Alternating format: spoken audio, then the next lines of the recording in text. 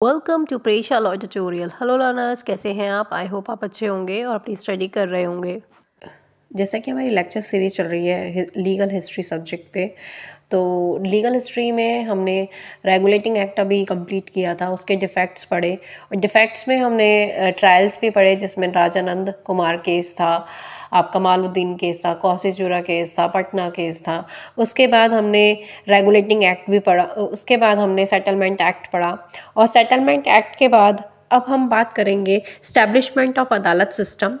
जैसे कि ये सारे एक्ट चल रहे थे, मतलब ये सेटलमेंट एक्ट आया इसी बीच, मतलब 1772 में 70 to 72 से प्लान शुरू हो गए थे, जुडिशल प्लान। तो आज हम पढ़ेंगे अदालत सिस्टम इस बीच में क्या रहा। तो अदालत सिस्टम में पहला आता है नाम वॉरेन हास्टिंग का। वॉरेन हास्टिंग ने जुडिशल प्लान लेके आए थे वो 1772 में, 1774 में, 1780 में। तो इस जुडिशल प्लान में कितने टाइप के कोर्ट्स थे, किस तरीके से सिविल केसेस सॉल्व किए जाते थे या फिर सुने जाते थे, या फिर क्रिमिनल केस किस तरीके से डील किया जाता है, वो बताया जाएगा। देन उसके बाद 1787, 1790 और 1793 इसमें कॉर्नवालिस जो थे उनका जुडिशल प्लान आया था और ये लोग गवर्नर जनरल थे। और फिर लास्ट में था विलियम बेंटिक, फिर उसका जुडिशल रिफॉर्म आया। तो इस तरीके से क्या क्या चेंजेस आए जुडिशियल सिस्टम में या जुडिशरी सिस्टम या system of administration of justice में, रेवेन्यू कलेक्शन में, तो ये बताया जाएगा। स्टार्ट करते हैं हम अदालत सिस्टम से। वॉरेन हास्टिंग, तो वॉरेन हास्टिंग मद्रास के गवर्नर थे और 1772 में उन्हें बंगाल में ट्रांसफ़र कर दिया गया था और उसके बाद वो गवर्नर बने बंगाल, बिहार, उड़ीसा के। और वहाँ पर उन्होंने प्रिपेयर किया फर्स्ट जुडिशियल प्लान 1772 में। ये एक फर्स्ट स्टेप था जिसमें कि उन्होंने एडमिनिस्ट्रेशन ऑफ जस्टिस को रेगुलेट किया। इस प्लान को जुडिशियल हिस्ट्री में ये एक लैंडमार्क की तरह साबित हुआ। यह प्लान 1772 की वॉरेन हास्टिंग की जुडिशियल प्लान के रूप में फेमस हुआ। वॉरेन हास्टिंग को अपॉइंट किया गया था गवर्नर ऑफ बंगाल। उसके बाद क्या था, जो एडमिनिस्ट्रेशन ऑफ जस्टिस है और रेवेन्यू कलेक्शन है, इसमें बुराइयां हो गई थी या एवल्स हो गई थी, या उन्हें कलेक्शन करने के लिए, मतलब रेवेन्यू कलेक्शन करने के लिए जुडिशियल जस्टिस को एडमिनिस्ट्रेशन ऑफ जस्टिस में दिक्कतें आने लगी थी। तो इसीलिए उन्होंने एफर्ट्स करे और एफर्ट्स के लिए क्या किया उन्होंने सिस्टम ऑफ डबल गवर्नमेंट को एबॉलिश कर दिया और यहाँ पे एग्जीक्यूट किया दीवानी function through the company servant. Company servant के थ्रू दीवानी फंक्शन को एग्जीक्यूट किया गया और कमेटी को अपॉइंट किया जिसके अंदर गवर्नर और 4 मेंबर्स होंगे काउंसिल में, जो कि बुराइयां थी जुडिशियल एडमिनिस्ट्रेशन या रेवेन्यू कलेक्शन को लेकर, उसके पीछे का रीज़न को या कॉजेज़ को फाइंड आउट करती थी। जो कमेटी थी वो प्रिपेयर करती थी plan for the administration of justice. मतलब कमेटी का ये भी काम था कि वो जो जुडिशियल प्लान है इसको प्रिपेयर करेगी जिससे कि एडमिनिस्ट्रेशन ऑफ जस्टिस और रेवेन्यू कलेक्शन जो है वो अच्छे से हो पाए। और जो कमेटी बनाई गई थी वो under the chairmanship Warren Hastings के द्वारा बनाई गई थी, जो कि फर्स्ट प्लान था 1772 में। इसीलिए इसे वॉरेन हास्टिंग प्लान 1772 भी कहा जाता था। अब बात करते हैं जुडिशियल प्लान क्या था 1772 में। तो ये फर्स्ट जुडिशियल प्लान था जो कि कमेटी द्वारा बनाया गया था, कमेटी ऑफ सर्किट द्वारा, जो कि वॉरेन हास्टिंग की चेयरमैनशिप के अंडर था। वॉरेन हास्टिंग ने एडमिनिस्ट्रेटिव प्लान बनाया था जिसमें जो टेरिटरी थी बंगाल, बिहार, उड़ीसा, उनको डिस्ट्रिक्ट में, नंबर ऑफ डिस्ट्रिक्ट में डिवाइड कर दिया गया और हर डिस्ट्रिक्ट में जो इंग्लिश सर्वेंट था कंपनी का उसको अपॉइंट किया गया कलेक्टर के रूप में और उसकी रेस्पॉन्सिबिलिटी थी कि वो रेवेन्यू कलेक्शन करेगा। इस प्लान के अंतर्गत जो भी बंगाल, बिहार, उड़ीसा जो थे उन्हें डिवाइड किया गया डिस्ट्रिक्ट में और रेवेन्यू कलेक्शन और एडमिनिस्ट्रेशन ऑफ सिविल और क्रिमिनल जस्टिस, इन दोनों के लिए एक यूनिट्स बना दी गई थी और उन यूनिट्स के बेस पर ही डिस्ट्रिक्ट को सिलेक्ट किया गया था। मतलब रेवेन्यू कलेक्शन और administration of civil and criminal justice का एक यूनिट बनाया और उसी बेस पे, उस एरिया के बेस पे ही उसको डिस्ट्रिक्ट उसका डिस्ट्रिक्ट सेलेक्ट किया जाता था। अब आती है बात कोर्ट ऑफ ओरिजिनल ज्यूरिडिक्शन की। तो ओरिजिनल ज्यूरिडिक्शन में तीन तरीके की अदालत थी जो डिस्ट्रिक्ट पे चलती थी। पहली थी मफसल फौजदारी अदालत, दूसरी मफसल दीवानी अदालत और तीसरी स्मॉल कॉजेज अदालत। मफसल फौजदारी अदालत में हर डिस्ट्रिक्ट में मफसल, निजामत और फौजदारी अदालत को स्टैब्लिश किया गया क्रिमिनल केसेस को सुनने के लिए। अदालत के अंदर काजी, मुफ्ती, मौलवी, इनसे मिलकर ही अदालत बनती थी। मौलवी जो था वो मुस्लिम लॉ से रिलेटेड जो भी क्राइम्स थे, ये मतलब मुस्लिम लॉ क्राइम्स जो थे उनको इंटरप्रेट करता था, मतलब उनको बताता था या उनकी व्याख्या करता था। काजी और मुफ्ती जो थे वो फतवा देते थे और जजमेंट लेते थे, मतलब फतवा देते थे और जजमेंट देते थे, मतलब फैसला सुनाते थे और उस हिसाब से लोग उसको मानते थे और वो डिसीजन वो एक्सेप्ट करते थे और वो अप्लाई होता था मुस्लिम्स पे। अदालत के अंदर कलेक्टर जो था वो जनरल सुपरविजन करता था अदालत की और वो ये देखता था कि इन केसेस में करप्शन ना हो। जजमेंट जो दिया जाता था वो इम्पार्शली दिया जाता था और फौजदारी अदालत को ये अलाउ नहीं था कि वो डील करे केसेस जिसमें पनिशमेंट ऑफ डेथ, मतलब डेथ सेंटेंस दिया जाए या फिर फोरफीचर किया जाए प्रॉपर्टी का जो एक्यूज्ड है। इनसे रिलेटेड केसेस को वो डील नहीं करते थे। इन केसेस के लिए उन्हें सरदार निजामत अदालत के द्वारा किया जाता था। वो जब फाइनल ऑर्डर देगी उस केस में तब जाकर वो एग्जीक्यूट किया जाता था। मतलब आता है मफसल दीवानी अदालत। इसके अंदर क्या था, हर डिस्ट्रिक्ट में इस्टेब्लिश किया जाएगा कोर्ट ऑफ सिविल ज्यूरिडिक्शन, जो सिविल कोर्ट है उसको इस्टेब्लिश किया जाएगा। कलेक्टर उसमें जज होगा उस कोर्ट का और इसके अंदर जो केसेस होंगे, जो सूट्स होंगे वो regarding the inheritance, marriage, caste, other religious usages, institution, इनसे रिलेटेड केसेस होंगे। जो प्रथाएं हैं रिलीजियस से रिलेटेड, उनसे रिलेटेड केसेस होंगे। और जो कोर्ट था वो क्या करता था, वो अप्लाई करता था। अगर मुस्लिम लॉ है, अगर कोई मोमडन है तो उस पर कुरान का लॉ अप्लाई होता था और अगर कोई हिंदू है तो उस पर शास्त्र का लॉ अप्लाई होता था। तो इस तरीके से वो उस मैटर को या केसेस को केसेस को सुनते थे या फिर उसे डिसाइड करते थे। इन मैटर्स जो हिंदूज और मुस्लिम्स के मैटर्स होते थे उसमें कोर्ट जो था वो पंडित और काजी की हेल्प लेता था। उसी की बेस पर वो लॉ अप्लाई किया जाता था जज के द्वारा। ठीक है, तो मतलब जज जो था वो अप्लाई करता था उसी लॉ को। उससे पहले वो हेल्प लेता था पंडित और काजी की। अगर मुस्लिम है तो काजी की और हिंदू है तो पंडित की। उसी के बेस पर वहाँ पर डिसीजन लिए जाते थे। उसके बाद आता है स्मॉल कॉज अदालत। इस अदालत में जैसे कि नाम है, स्मॉल पेटी केसेस जो थे अप टू द 10 रुपीज़ जो होते थे वो केसेस सॉल्व किए जाते थे। और जो हेड ऑफ फार्मर होता था, मतलब जो विलेज का हेड फार्मर होता था उसको जज बनाया जाता था। और इस सिस्टम में क्या होता था कि जो भी ट्रैवल एक्सपेंस है, ये एक्चुअली जो पुअर फार्मर्स होते थे उनके ट्रैवल एक्सपेंस को बचाने के लिए इस स्मॉल कॉज अदालत रखी गई थी। जो गरीब किसान हैं उनके ट्रैवल एक्सपेंसेस को बचाने के लिए, तो उनको ज़रूरत नहीं होती थी कि वो डिस्ट्रिक्ट पर जाएं और डिस्ट्रिक्ट में जाने के बाद वो अपने केसेस को फाइल करें। जो छोटे छोटे केसेस हैं उसके लिए स्मॉल कॉज अदालत बना दी गई थी। उसके बाद आता है एस्टैब्लिशमेंट ऑफ सदर अदालत। अब क्या था, जो पहले जो अदालत थी मफसल दीवानी अदालत, मफसल फौजदारी अदालत, ये जो कोर्ट्स थी इनके ऊपर का जो काम करते थे वो 2 सुपीरियर कोर्ट थी जिनका नाम था, इनके ऊपर जो काम करते थे सुपीरियर कोर्ट्स थे उनका नाम था सदर दीवानी अदालत और सदर निजामत अदालत। अब ये अपीलेट कोर्ट भी थे, तो इन दोनों अपीलेट कोर्ट के बारे में बताते हैं। पहला आता है सदर दीवानी अदालत। इसके अंदर गवर्नर और मेंबर ऑफ काउंसिल होते थे और वो अपील्स को सुनते थे।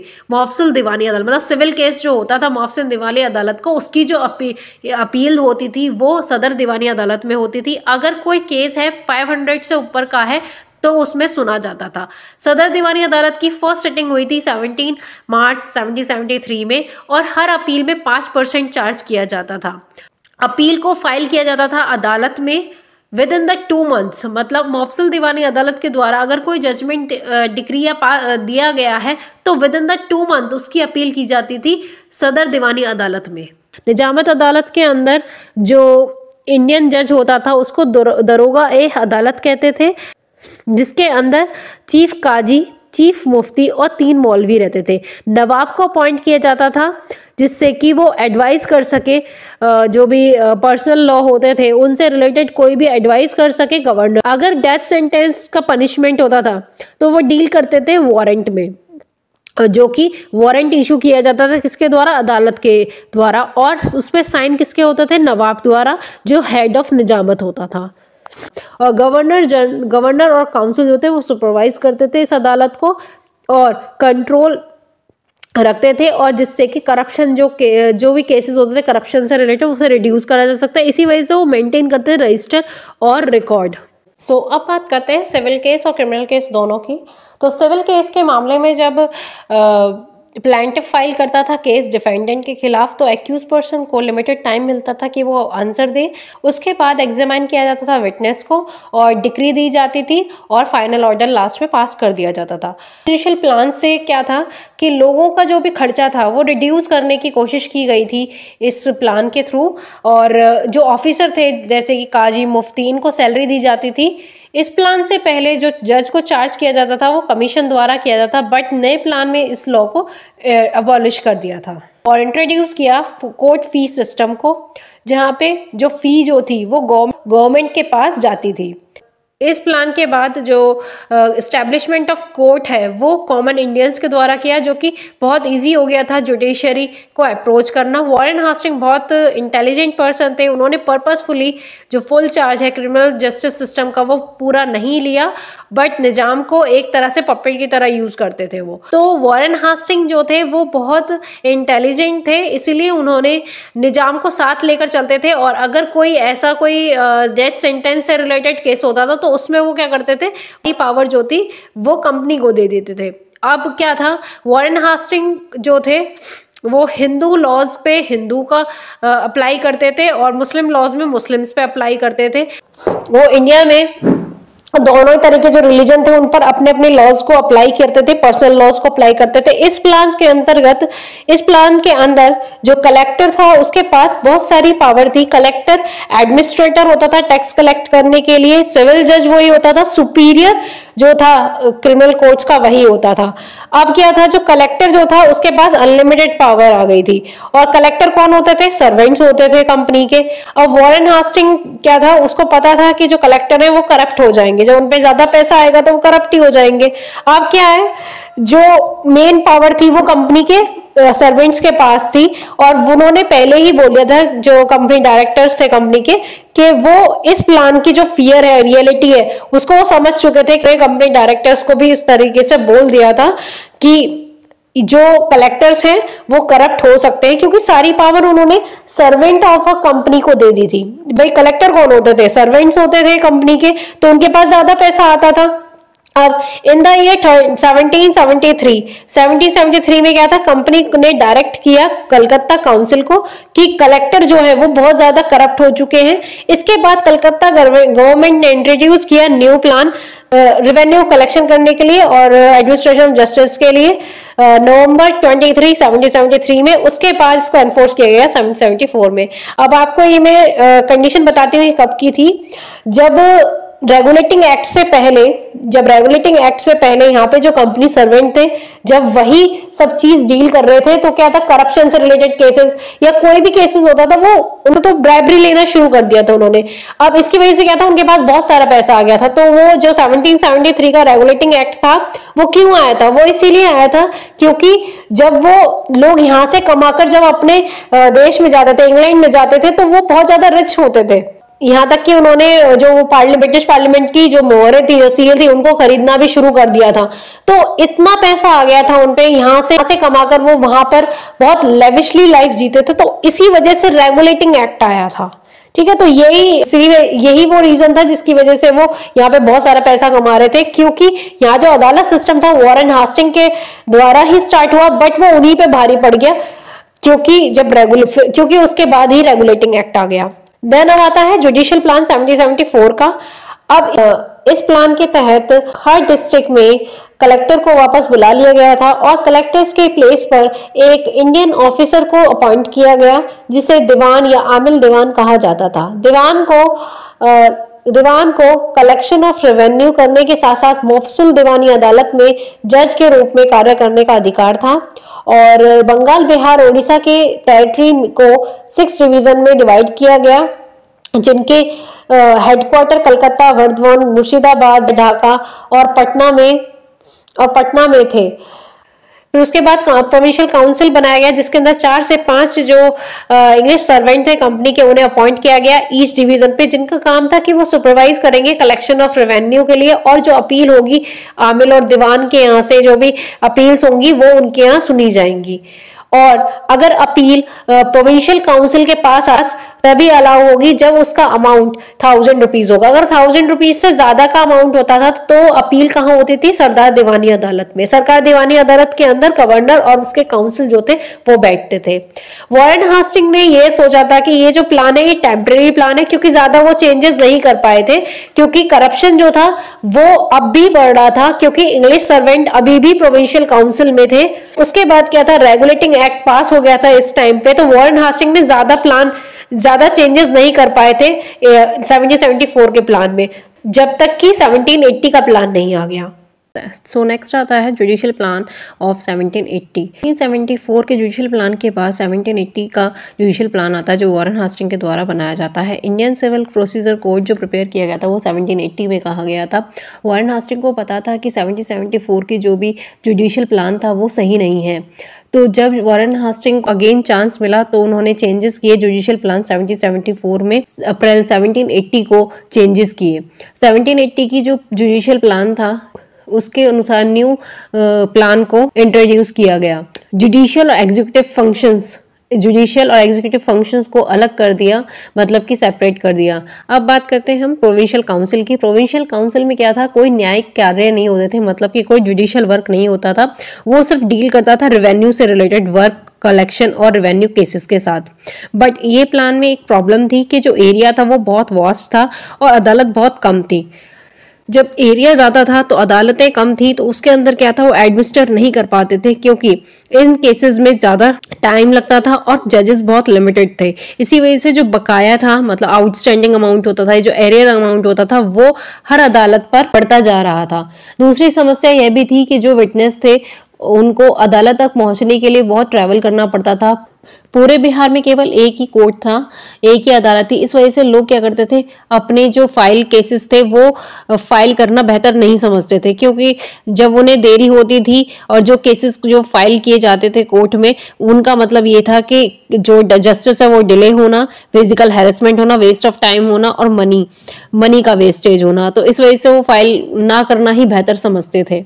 इस जुडिशियल प्लान के अकॉर्डिंग जो केसेस थे अप टू द 100 रुपीज, जो 100 रुपीज तक के जो केसेस थे वो रेफर किए जाते थे पर्सन को, जो कि प्लेस ऑफ लिटिगेंट के पास रहता था, जहाँ पे उसका केस चल रहा है ना, उस एरिया में रहता था, उस एरिया में पास रहता था इससे पहले।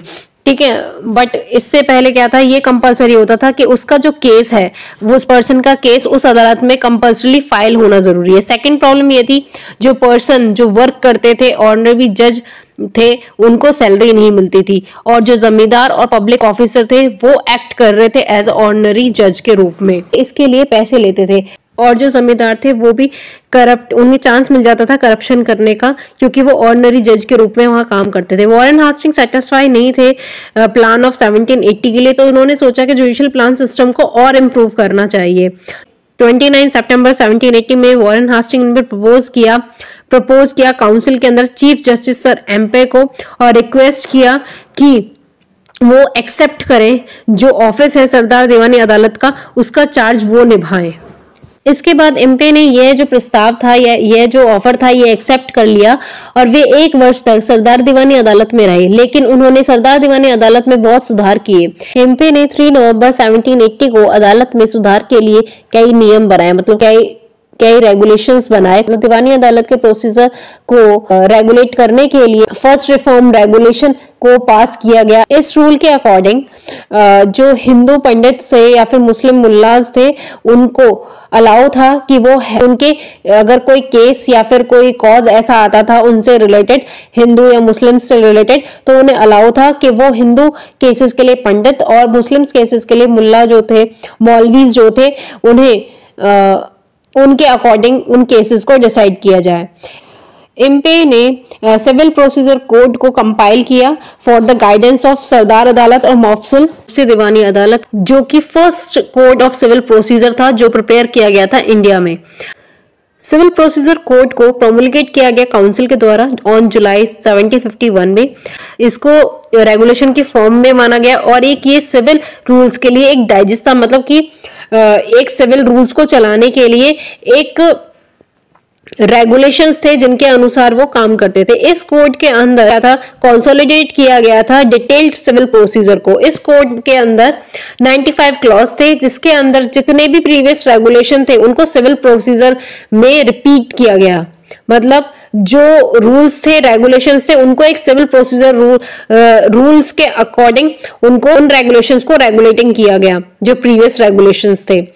कोड जो 1781 में था इसमें क्लियरली डिफाइंस था कि पावर, फंक्शन और जुरिडिक्शन क्या है सरदार दीवानी अदालत का। इस कोड को ट्रांसलेट किया इन पर्सनल लैंग्वेजेस जो यहाँ पे रहते थे उसमें ट्रांसलेट किया गया, उस लैंग्वेज में, बंगाली लैंग्वेज में उसे ट्रांसलेट किया गया। इम्पे जो थे उन्होंने बहुत अच्छा काम किया था, बट इंग्लैंड में जो पीपल थे वो हैप्पी नहीं थे, वो खुश नहीं थे इम्पे के इस काम से, क्योंकि उसके रीजंस थे। इम्पे को अपॉइंट किया गया था सुप्रीम कोर्ट के जज के तौर पे, जिससे कि वो मॉनिटर कर सके कंपनी से रिलेटेड जो भी यहाँ काम होता था इंडिया में, उससे रिलेटेड उसको मॉनिटर करने के लिए सुप्रीम कोर्ट का जज उन्हें बनाया था। बट इंडिया में इम्पे ने जो वर्क था वो स्टार्ट कर दिया था कि वो वर्क करते थे एज अ जज ऑफ सरदार दीवानी अदालत के रूप में, जिससे कि उन्होंने एक तरह से रेगुलेटिंग एक्ट को वायलेट किया था। तो ये ब्रिटिश पार्लियामेंट का मानना था कि उन्होंने रेगुलेटिंग एक्ट को वायलेट किया है, क्योंकि वो एक पोस्ट पर रहकर दूसरी जॉब को नहीं कर सकते। इम्पे जो थे वो अपने काम के साथ जस्टिस नहीं कर रहे हैं, क्योंकि उन्हें उनका काम था कि उन्हें सुप्रीम कोर्ट का जज बनाया गया था, बट उन्होंने अदर काम करके उस काम के साथ, मतलब सुप्रीम कोर्ट के जज के जो पोस्ट था, जो उन्हें पोस्ट दी गई थी उसके साथ जस्टिस नहीं किया। इन सारे रीजंस की वजह से 3 मई 1782 को इंग्लैंड में हाउस ऑफ कॉमन ने एक रेजोल्यूशन अडॉप्ट किया जिसमें क्राउन किंग जो थे उन्होंने रिकॉल किया इम्पे को, जिससे कि जो भी ये चार्जेस थे जो उन्होंने एक पोस्ट के बाद दूसरी पोस्ट भी जो ली उन्होंने, उसके बारे में आंसर करने के लिए उन्हें बुलाया गया, और साथ ही जो रेगुलेटिंग एक्ट को उन्होंने वायलेट किया उसके आंसर के लिए जो उन पे चार्जेस थे उनको एक्सेप्ट करने के लिए उनको बुलाया गया। उसके बाद इम्पे ने इंडिया को छोड़ दिया 3 दिसंबर 1782 को।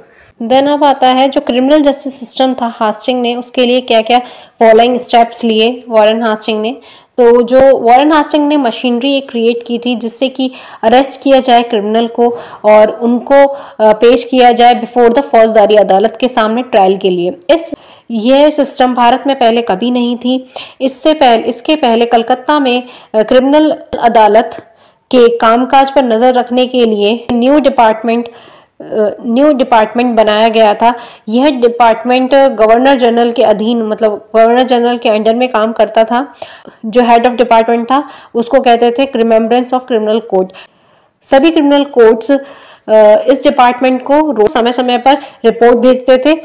सब कुछ एज पर मुस्लिम क्रिमिनल लॉ के अकॉर्डिंग होता था, बट वॉरेन हास्टिंग इससे खुश नहीं थे, क्योंकि वो ये चाहते थे जो कंपनी के हेड्स हैं वो अपने व्यूज जो थे, जो भी वो जस्टिस करते थे क्रिमिनल जस्टिस सिस्टम के लिए, वो ठीक नहीं था, क्योंकि उसी के अंदर सब लोग जो भी थे वो करप्ट हो गए थे। अब इसमें मेरिट्स बताया जाता है, जुडिशियल प्लान के मेरिट क्या थे। तो जुडिशियल प्लान 1780 के मेरिट्स थे।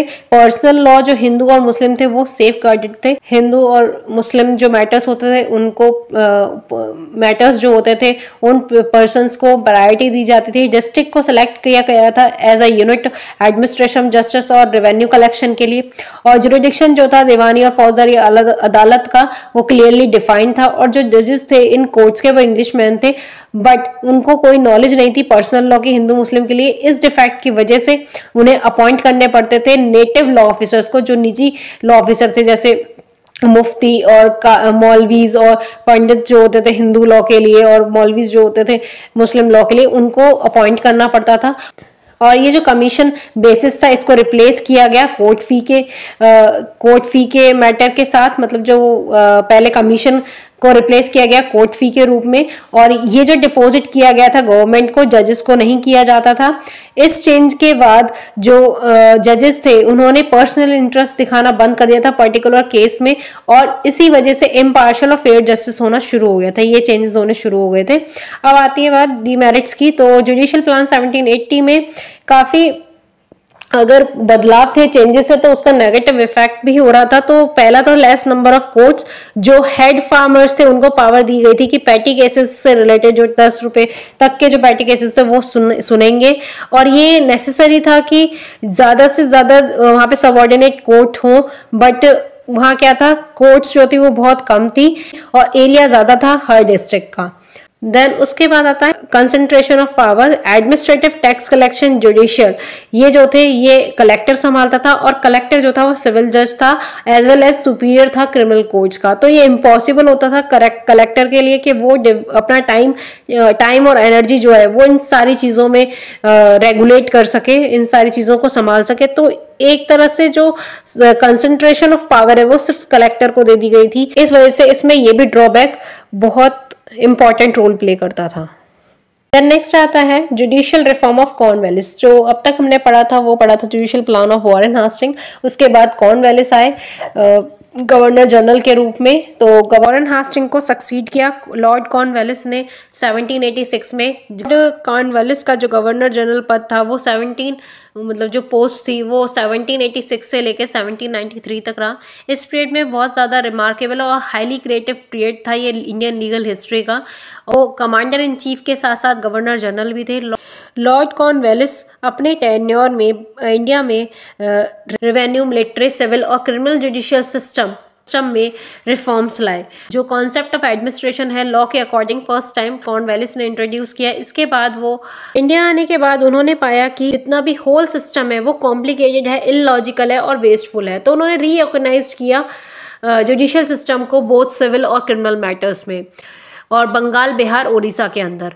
वह उन दिनों की जो भी अदालत थी उसके अंदर जो भी करप्शन था उसको चेक करने के लिए, जो कोर्ट के अंदर करप्शन था उसको रोकने में काफ़ी हद तक सफल रहे। लॉर्ड कॉर्नवालिस ने इंट्रोड्यूस किए रिफॉर्म जुडिशियल सिस्टम के अंदर 3 इंस्टॉलमेंट में। फर्स्ट 1787 में, सेकेंड 1719 में, थर्डली 1793 में। सो फर्स्ट हम पढ़ते हैं लॉर्ड कॉर्नवालिस के जुडिशियल प्लान ऑफ 1787 को। तो वॉरेन हास्टिंग के टेन्योर में जो जुडिशियल था और रेवेन्यू फंक्शन था वो सेपरेट किए गए थे, और उसके अंदर डिस्टिंक्ट फंक्शनरी थी, मतलब कि उसके अंदर अलग अलग फंक्शनरीज को सौंप कर जो रेवेन्यू और जुडिशियल फंक्शंस थे उनको सेपरेट कर दिया गया था।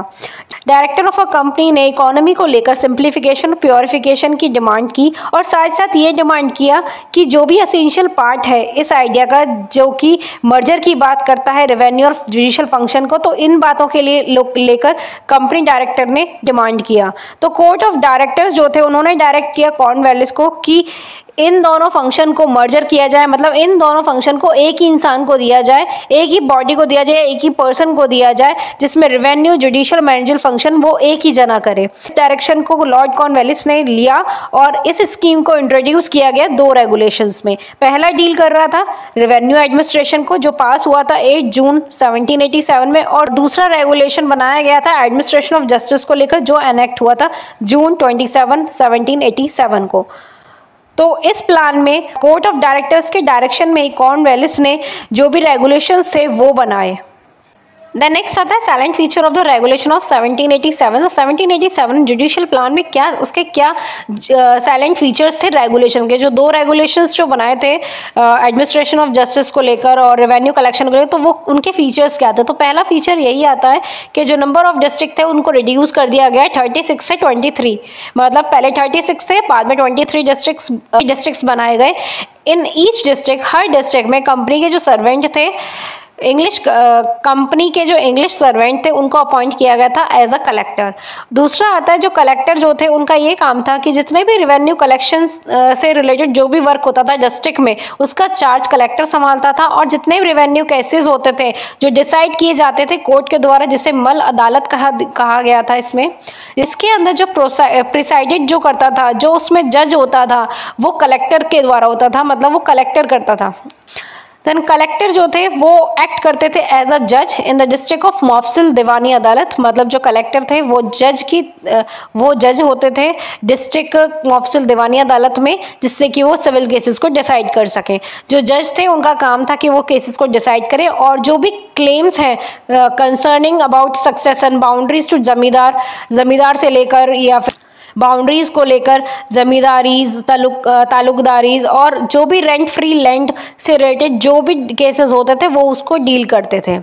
ठीक है, देन उसके बाद फोर्थ पॉइंट आता है, जो कलेक्टर था वो मजिस्ट्रेट की तरह एक्ट करता था डिस्ट्रिक्ट के अंदर, और वो अपनी कैपेसिटी के अंदर वो उसके पास ये पावर थी कि वो अरेस्ट कर सकता था क्रिमिनल को और उसे नियरेस्ट मौसूल निजामत अदालत में वो भेज सकता था फॉर अ ट्रायल। मतलब जो निजामत अदालत होती थी वो क्या थी, वो आपकी फौजदारी अदालत की तरह होती थी। वो आपकी फौजदारी मतलब क्रिमिनल केसेस वहाँ निजामत अदालत में सुने जाते थे और दीवानी अदालत में सिविल केसेस। तो क्या होता था, जो मजिस्ट्रेट होता था मतलब जो कलेक्टर था उसके ये भी पावर्स उसके पास ये भी पावर थी कि वो अरेस्ट कर सकता था क्रिमिनल को और नियरेस्ट मौसूल निजामत अदालत में भेज सकता था ट्रायल के लिए। एज अ मजिस्ट्रेट उसके पास पावर थी कि वो पनिश कर सकता था ऑफेंडर को जो कि पैटी क्राइम्स करते थे, और जो भी पनिशमेंट दी जाती थी वो पनिशमेंट नॉट एक्सीडिंग 15 स्ट्रोक्स और इम्प्रिजनमेंट नॉट एक्सीडिंग 15 डेज। मतलब कि वो पनिशमेंट जो देते थे पैटी क्राइम्स के लिए वो 15 स्ट्रोक्स को बोलते हैं 15 कोड़े, मतलब कोड़े जो मारते थे ना उसके लिए पनिशमेंट की बात है। 15 स्ट्रोक्स और इम्प्रिजनमेंट नॉट एक्सीडिंग 15 डेज, या फिर 15 डेज से ज़्यादा वो इम्प्रिजनमेंट नहीं दे सकते। इन सीरियस केसेस, अगर कोई सीरियस केस होता था तो ऑफेंडर द्वारा जो भी कमिट किया जाता था उसका ट्रायल मौसूल निजामत अदालत में होता था। सिविल जस्टिस के फंक्शन और जो मजिस्ट्रेट की पावर थी और जो रेवेन्यू कलेक्शन और रेवेन्यू केसेस से रिलेटेड जो भी कोई रेवेन्यू कलेक्शन से रिलेटेड या फिर रेवेन्यू डिस्प्यूट से रिलेटेड कोई भी एडजुडिकेशन होता था या कोई भी केसेस होता था उसे कलेक्टर देखते थे। उन केसेस को एक साथ कलेक्टर देखते थे और उनके पास पावर थी, मतलब कलेक्टर के पास पावर थी कि वो डिस्चार्ज कर सकते थे फंक्शन को या ड्यूटीज़ को separately according to a department. जो जिसका डिपार्टमेंट था, जिस डिपार्टमेंट से बिलोंग करता था उनको वो जो भी परफॉर्म करनी होती थी ड्यूटीज़ उसको सेपरेटली दे देते थे। Then salary of the collector, जो कलेक्टर की सैलरी थी वो इस चीज़ पे डिपेंड करती थी कि वो एडमिनिस्ट्रेशन को किस प्योरिटी के साथ वो काम कर रहा है, उसी हिसाब से वो जो भी उनकी सैलरी थी उसमें वृद्धि होती थी, मतलब इंक्रीमेंट होती थी। हालांकि यह चीज़ जो थी ये इकोनॉमी के फेवर में नहीं था। अब बात करते हैं अपील की। जो कलेक्टर ने डिसीजन दिया था मल अदालत में, तो उसकी अपील कहाँ होती थी, बोर्ड ऑफ रेवेन्यू के यहाँ जो कलकत्ता में था। देन उसके बाद गवर्नर इन काउंसिल के पास जाती थी वो अपील, और जो अपील की जाती थी मोफसिल दीवानी अदालत से तो वो कहाँ जाती थी, वो सरदार दीवानी अदालत जाती थी अगर अमाउंट 1000 से ऊपर है। और अगर फर्दर अपील करनी होती थी तो क्या होता था, प्रिवी काउंसिल में जाती थी, मतलब किंग इन काउंसिल के पास जाती थी। जैसे भी जो भी सब्जेक्ट मैटर होता था इन्वॉल्व 5000 से ज़्यादा, 5000 का या 5000 से ज़्यादा का, तो जो भी सिविल केस होते थे वो according to a value of subject matter के ऊपर जाता था कि कितनी वैल्यू है। अगर 1000 रुपीज़ से ज़्यादा है तो वो सदर दीवानी अदालत उसे देखती थी, और अगर 5000 से ज़्यादा का अगर वैल्यू ऑफ सब्जेक्ट मैटर है तो किंग इन काउंसिल में उसकी अपील सुनी जाती थी। और सरदार दीवानी अदालत के अंदर गवर्नर जनरल और मेंबर ऑफ काउंसिल काम करते थे और उनको असिस्ट किया जाता था, मतलब कि उनके असिस्टेंट कौन थे, उनको कौन असिस्ट करता था, वो चीफ काजी, चीफ मुफ्ती और 2 मौलवीज जो थे वो उन्हें असिस्ट करते थे अगर कोई मुस्लिम लॉ से रिलेटेड कोई मैटर होता था तो उसके लिए। और अगर कोई हिंदू लॉ से रिलेटेड कोई इंटरप्रिटेशन हो रहा है तो सरदार दीवानी अदालत को असिस्ट कौन करता था, हिंदू पंडित। तो मतलब जो दोनों रिलीजन हिंदूज या फिर मुस्लिम्स के रिलेटेड जो भी केस होता था उनके पर्सनल लॉ अप्लाई होते थे। देन नेक्स्ट आता है जो ऑफिस ऑफ रजिस्ट्रार, मतलब जो रजिस्ट्रार होता था वो एक सबऑर्डिनेट ऑफिसर था जो कि असिस्ट करता था कलेक्टर को एडमिनिस्ट्रेशन ऑफ सिविल जस्टिस के लिए। जो कलेक्टर था वो डिसाइड कर सकता था केसेस अप टू द 200 तक के केसेस जो थे, ₹200 तक के केसेस को वो देखता था और डिक्री भी पास कर सकता था। बट उस पर जो काउंटर साइन किए जाते थे वो जज के द्वारा किए जाते, मतलब कलेक्टर के द्वारा। जो जज ऑफ मफसल दीवानी अदालत था उसके द्वारा काउंटर साइन होते थे जिससे कि जस्टिस को अवॉइड ना किया जा सके। देन लास्ट आता है कि ब्रिटिश नेशनल जो थे, जो कि मफसल एरिया में रहते थे बियॉन्ड कलकत्ता में, तो वो उनका क्या था, जो क्रिमिनल जुरिडिक्शन था वो सुप्रीम कोर्ट में ही चल सकता था। उनके पास एक तरह से ये प्रिविलेज था या फिर कह सकते हैं ये बेनिफिट था कि वो मफसल फौजदारी अदालत में ट्राई नहीं कर सकते, उनका ट्रायल नहीं चल सकता। बट 1787 में एक चीज़ आई जब मजिस्ट्रेट के पास जो था ये अथॉरिटी थी,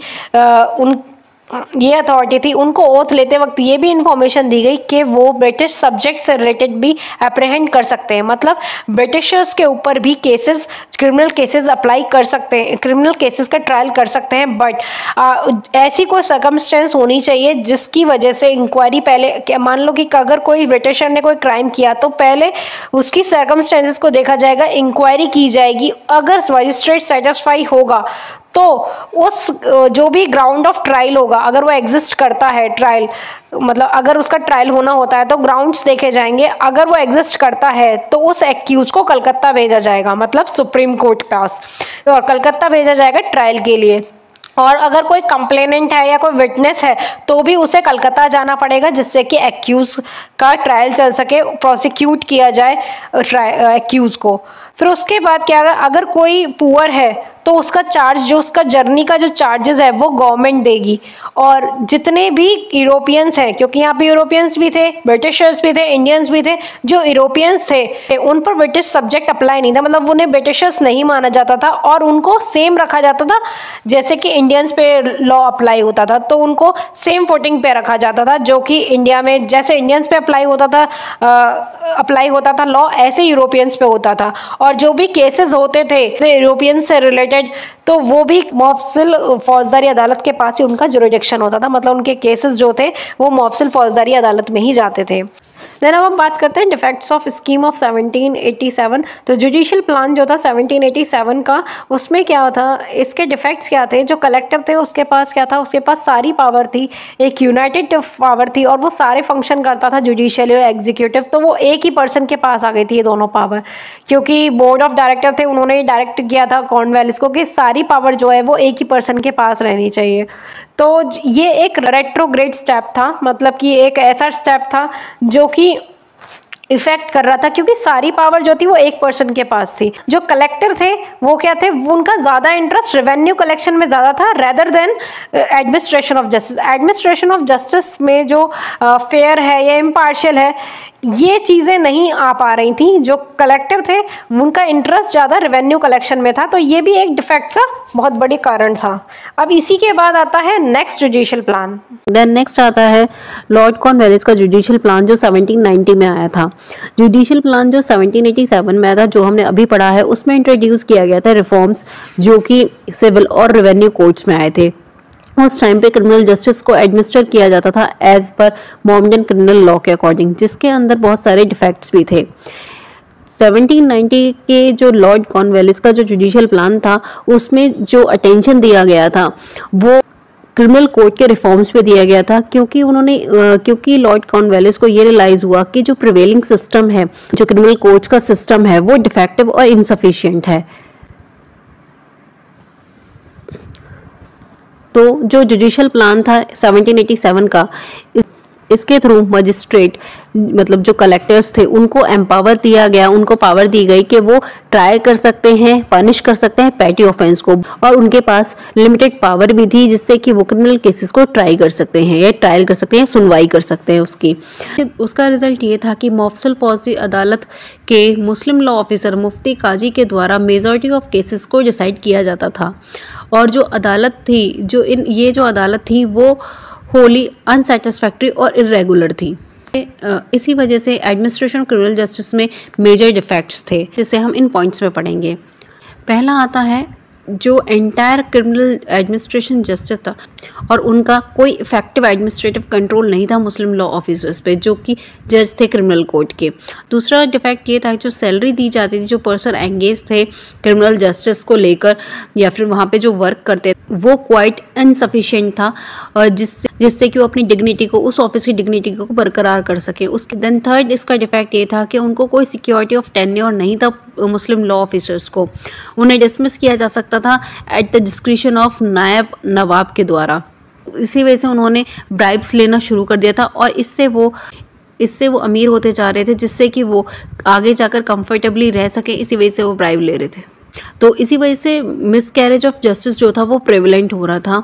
मुफस्सिल फौजदारी अदालत जो था उसके पास पावर थी कि वो किसी भी प्रकार के केसेस को, मतलब क्रिमिनल केसेस को देख सकता था, एक्सेप्ट डेथ सेंटेंस जो भी पनिशमेंट थी डेथ सेंटेंस की, उसको वो नहीं दे सकता था। और जो हाईएस्ट क्रिमिनल कोर्ट था, मतलब सदर निजामत अदालत, जो कि फंक्शन करती थी मुर्शिदाबाद में, वो और सदर निजामत अदालत जो थी वो क्वाइट इनइफेक्टिव थी कि वो कंट्रोल नहीं कर पा रही थी लोअर क्रिमिनल कोर्ट्स को। द नेक्स्ट आता है कोर्ट्स के द्वारा जो भी अप्लाई किए जाने वाला मुस्लिम क्रिमिनल लॉ भी सभी वेज में, सभी मानों में डिफेक्टिव था। इसके कुछ provisions principle of natural justice के कॉन्ट्रेरी थे और कुछ केसेस में जो पनिशमेंट थी वो क्वाइट कॉन्ट्रेरी थी बेसिक टेनेंट ऑफ सिविलाइजेशन, मतलब कि जो पनिशमेंट देनी चाहिए थी उससे कॉन्ट्रेरी ही वहां पे डिसीजन दिया जाता था। द नेक्स्ट इफेक्ट आता है कि उस टाइम नंबरस रॉबरीज, मर्डर्स और अदर नॉमिनेटीज जो थे, मतलब इस टाइप के जो केसेस थे, वो ये शो कर रहे थे कि जो क्रिमिनल एडमिनिस्ट्रेशन और क्रिमिनल जस्टिस था वो बहुत ज़्यादा बेकार था वहाँ का, इन्हीं बुराइयों की वजह से। क्योंकि ये वाले केसेस बढ़ते जा रहे थे, मर्डर्स, रॉबरीज और भी सीरियस क्राइम से बढ़ते जा रहे थे। वो ये दिखाता था ये इवल्स, ये बुराइयां इसलिए बढ़ रही थी क्योंकि जो ऑफेंडर थे उनको पनिशमेंट मिलने में देरी होती थी और वहां पर जो लॉ अप्लाई हो रहा था वो या फिर एनफोर्स हो रहा था वो सही तरीके से नहीं हो रहा था। ऐसे बहुत सारे एग्जांपल देखे गए थे मुफस्सिल फौजदारी अदालत में, जहां पर जो पर्सन लेस सीरियस क्राइम का गिल्टी होता था उसको हार्श पनिशमेंट दिया जाता था, और जो हार्डन क्रिमिनल्स थे जिन्होंने क्राइम किया था, जो सीरियस क्राइम करते थे, उनके लिए इनएडुकेट सेंटेंस को पास किया जाता था। देन इन्हीं डिफेक्ट्स की वजह से लॉर्ड कॉर्नवालिस ने अपने जुडिशियल प्लान के जरिए मुफस्सिल फौजदारी अदालत में सुधार किए। देन उसके बाद हम बात करेंगे जुडिशियल प्लान 1790 के साइलेंट फीचर की। इस रेगुलेशन को पास किया गया था गवर्नर जनरल इन काउंसिल के द्वारा ऑन 3 दिसंबर 1790 में, और कुछ रिफॉर्म्स को इंट्रोड्यूस किया गया in the administration of criminal justice में। लॉर्ड कॉर्नवालिस ने एक स्ट्रॉन्ग स्टेप लिया था जिससे कि जो मोमेडन क्रिमिनल लॉ है उसके अंदर जो भी डिफेक्ट्स थे उसको रिमूव किया जाए, और साथ में जो भी क्रिमिनल कोड का जो ऑर्गेनाइजेशन है उसके डिफेक्ट्स को भी रिमूव किया जाए। 1790 में जो क्रिमिनल कोड के जो ऑर्गेनाइजेशन है उसको मॉडिफाई किया गया, और जो ये एग्जिस्टिंग कोर्ट्स थे उनके अरेंजमेंट्स को चेंज किया गया। मुफस्सिल फौजदारी अदालत को एबॉलिश किया। न्यू प्लान में 3 टाइप्स के जो क्रिमिनल कोर्ट्स हैं उनको लाया गया। देन फर्स्ट आता है कोर्ट ऑफ डिस्ट्रिक्ट मजिस्ट्रेट। इसके अंदर हर डिस्ट्रिक्ट में कलेक्टर जो था वो मजिस्ट्रेट के रूप में काम करता था, और जो मजिस्ट्रेट था उसके पास पावर थी कि वो अरेस्ट कर सकता है एक्यूज को, और जो भी पर्सन के अगेंस्ट कोई भी क्राइम से रिलेटेड अगर कोई ऐसी सर्कमस्टेंस होती है कि उसने क्राइम किया है उसके अकॉर्डिंग वो इंक्वायरी भी कर सकता था। यदि मजिस्ट्रेट को सस्पेक्ट के खिलाफ कंप्लेन पूरी तरह से अनफोल्डेड लगती है या निराधार लगती है तो वह उसे डिस्चार्ज भी कर सकते थे। अगर कोई पेटी ऑफेंस कमिट किया जाता था तो मजिस्ट्रेट उसमें सेंटेंस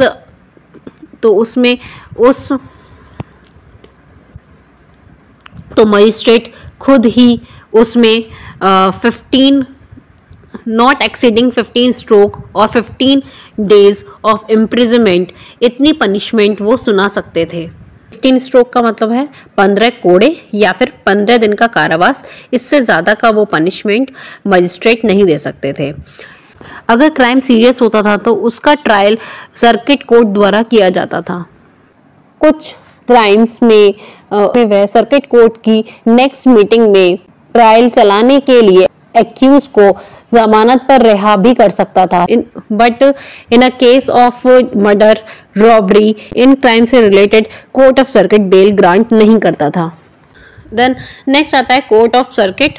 तो पूरा मॉफसिल एरिया को 4 डिवीजन्स में डिवाइड किया गया था, पटना, कलकत्ता, मुर्शिदाबाद और ढाका।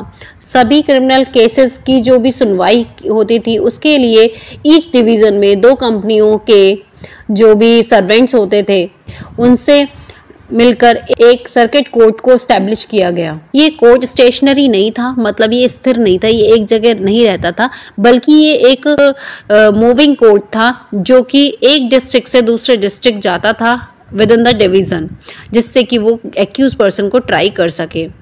और जो एग्जिस्टिंग मॉफसिल फौजदारी अदालत थी जो कि मुस्लिम लॉ ऑफिसर के साथ काम करती थी उसको एबॉलिश कर दिया गया। उसकी जगह 4 कोर्ट ऑफ सर्किट्स बना दिए गए। ये कोर्ट ऑफ सर्किट्स जो थे वो हर डिस्ट्रिक्ट में अपने जुरिडिक्शन के अंदर ट्वाइस अ ईयर ट्रायल करते थे और सर्किट कोर्ट अपने जुरिडिक्शन के अंदर ईच डिस्ट्रिक्ट में साल में 2 बार जाकर क्रिमिनल केसेस को डिस्पोज करती थी या निपटारा करती थी। कोर्ट ऑफ सर्किट के जुरिडिक्शन में इंडियन और यूरोपियंस आते थे और जो ब्रिटिश सब्जेक्ट थे, ब्रिटिशर्स थे, वो इस जुरिडिक्शन में नहीं आते थे। जो ब्रिटिशर्स थे उनका डायरेक्ट जो भी केस ट्रायल होता था वो सुप्रीम कोर्ट में जाता था उस टाइम पे। जो कोर्ट ऑफ सर्किट थे उन्हें असिस्ट किया जाता था मुस्लिम लॉ ऑफिसर द्वारा, जिसमें काजी और मुफ्ती काम करते थे। काजी और मुफ्ती जो थे उनका काम था कि वो एक्सपाउंड करते थे लॉ को और जो भी फैक्ट्स के अकॉर्डिंग वो डिसीजन देते थे या फिर फतवा देते थे। मुस्लिम लॉ में डिसीजन को फतवा ही कहते हैं। और उनका क्या काम था कि वो जो भी डिसीजन अगर ले रहे हैं, अगर वो conformity, principle of natural justice और इक्विटी के अकॉर्डिंग नहीं देते थे तो जो कोर्ट के जजेस थे उनके पास ये अथॉरिटी थी कि उनके खिलाफ वो सेंटेंस को भी पास कर सकते थे। अगर डेथ सेंटेंस से रिलेटेड अगर किसी को अवॉर्ड की जाता था डेथ सेंटेंस तो ऐसे केसेस को वो सदर निजामत अदालत को कंफर्मेशन के लिए भेजते थे या रेफर करते थे और सर्किट कोर्ट के डिसीजन के अगेंस्ट अपील सदर निजामत अदालत में की जाती थी। देन नेक्स्ट आता है सदर निजामत अदालत। सदर निजामत अदालत की सीट मुर्शिदाबाद में थी। 1790 के जुडिशियल प्लान के तहत नवाब सारी जुडिशियल पावर को वापस ले लिया। सदर निजामत अदालत को कलकत्ता में शिफ्ट कर दिया गया। गवर्नर जनरल और मेंबर ऑफ काउंसिल जो थी वो सदर निजामत अदालत को प्रिसाइडेड करती थी, अध्यक्षता उसकी लेती थी और उन्हें असिस्ट करते थे मुस्लिम लॉ ऑफिसर जिसमें चीफ काजी और मुफ्तीज होते थे।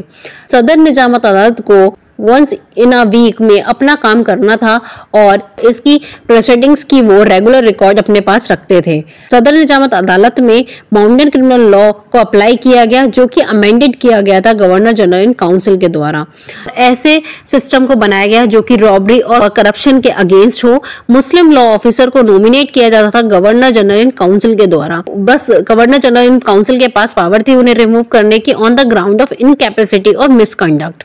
मुस्लिम लॉ ऑफिसर जो थे उनको सिक्योरिटी ऑफ टेन्योर भी दिया गया। के बाद अंडर द स्कीम ऑफ 1790 के न्यू क्रिमिनल जुडिशियल को इनॉग्रेट किया गया 1 जनवरी 1791 में और ऑफिस ऑफ रिमेम्बरेंस को क्रिएट किया गया वॉरेन पर। जो वॉरेन हास्टिंग के टाइम पर ऑफिस ऑफ रिमेम्बरेंस को क्रिएट किया गया था उसको एबॉलिश कर दिया गया और सदर निजामत अदालत की जो पहली मीटिंग 10 जनवरी 1791 को हुई और जो न्यू प्लान के अकॉर्डिंग और न्यू प्लान के अंडर या न्यू प्लान के अकॉर्डिंग और न्यू प्लान के तहत गवर्नर जनरल इन काउंसिल ने पहली बार बंगाल, बिहार, ओडिशा में क्रिमिनल एडमिनिस्ट्रेशन, क्रिमिनल जस्टिस की सीधी जिम्मेदारी संभाली। एडमिनिस्ट्रेशन और क्रिमिनल जस्टिस की। इसके अलावा क्रिमिनल कोर्ट्स में जो पर्सन काम करते थे उनकी सैलरी को भी इंक्रीज किया गया जिससे कि उन्हें इजीली टेम्प्टेड मतलब लुभाया ना जा सके। नेक्स्ट आता है डिफेक्ट्स। अब हमने 1790 के जो जुडिशियल प्लान था उसको पढ़ा। अब उसमें डिफेक्ट्स क्या थे? तो 1790 के जुडिशियल प्लान में सर्किट कोर्ट्स को भारी मात्रा में काम संभालने मतलब हैवी वर्कलोड संभालने के लिए बुलाया गया था और 1792 में सर्किट कोर्ट्स के जो भी बर्डन था उसको हल्का करने के लिए मजिस्ट्रेट्स को पेटी केसेस की शिकायतें मतलब कंप्लेंट्स को सुनने और डिटरमाइन करने और अपराध के लिए 30 कोड़े मतलब 30 स्ट्रोक्स या 1 मंथ से ज़्यादा का इम्प्रिजमेंट वो नहीं दे सकते थे। देन नेक्स्ट आता है जुडिशियल प्लान ऑफ 1793 जो कि लॉर्ड कॉर्नवालिस के द्वारा बनाया गया था। तो लास्ट में हमने पढ़ा 1790 का जुडिशियल प्लान, अब इसके बाद आया था 1793 का जुडिशियल प्लान। तो जितने भी रेगुलेशंस फ्रेम हुए थे बिटवीन 1772 से लेकर 1793 तक उसको कंपाइल किया गया एक कोड में जिसको कॉर्नवालिस कोड कहते थे, और मई 1793 में कॉर्नवालिस कोड को पास किया गया और उसके अंदर 48 रेगुलेशंस थे और 20 ईयर्स तक लागू रहे। 1993 के जुडिशियल प्लान के तहत फॉलोइंग रिफॉर्म्स बने। पहला रिफॉर्म था इसमें रीऑर्गेनाइजेशन ऑफ मुफस्सिल दीवानी अदालत। 1793 के जो प्लान के तहत जो कलेक्टर के प्लेस पर कंपनी के सिविल सर्वेंट को सिविल और रेवेन्यू केसेस को डिसाइड करने के लिए मुफस्सिल दीवानी अदालत में जजेस के रूप में अपॉइंट किया गया और उनके पास पावर थी जितने भी सूट्स थे उनके ट्रायल कर सकते थे in the respect of succession और right of real and personal property. इनसे रिलेटेड जो भी केस होते थे, जो भी सूट्स होते थे उनको ट्राई कर सकते थे। लैंड, रेंट, रेवेन्यू, डेप्थ, अकाउंट, पार्टनरशिप, मैरिज, कास्ट और क्लेम ऑफ डैमेज, इन सब सब्जेक्ट मैटर से रिलेटेड वो सूट्स का ट्रायल कर सकते थे। और माल अदालत को एबॉलिश कर दिया गया। जो भी माल अदालत में सूट्स का ट्रायल किया जाता था उसको मुफस्सिल दीवानी अदालत को ट्रांसफ़र कर दिया गया और कलेक्टर को ओनली कलेक्शन ऑफ रेवेन्यू की रेस्पॉन्सिबिलिटी दी गई थी और सिविल जस्टिस को एडमिनिस्टर करने की जो पावर थी वो कलेक्टर से लेकर दीवानी अदालत को दे दी गई। कलेक्टर को सिविल और रेवेन्यू केसेस की जो को डिसाइड करने की जुडिशियल पावर थी उसको डिप्राइव कर दिया गया, उसको ख़त्म कर दिया गया। इस प्रकार कलेक्टर अब एडमिनिस्ट्रेटिव ऑफिसर्स बन गए।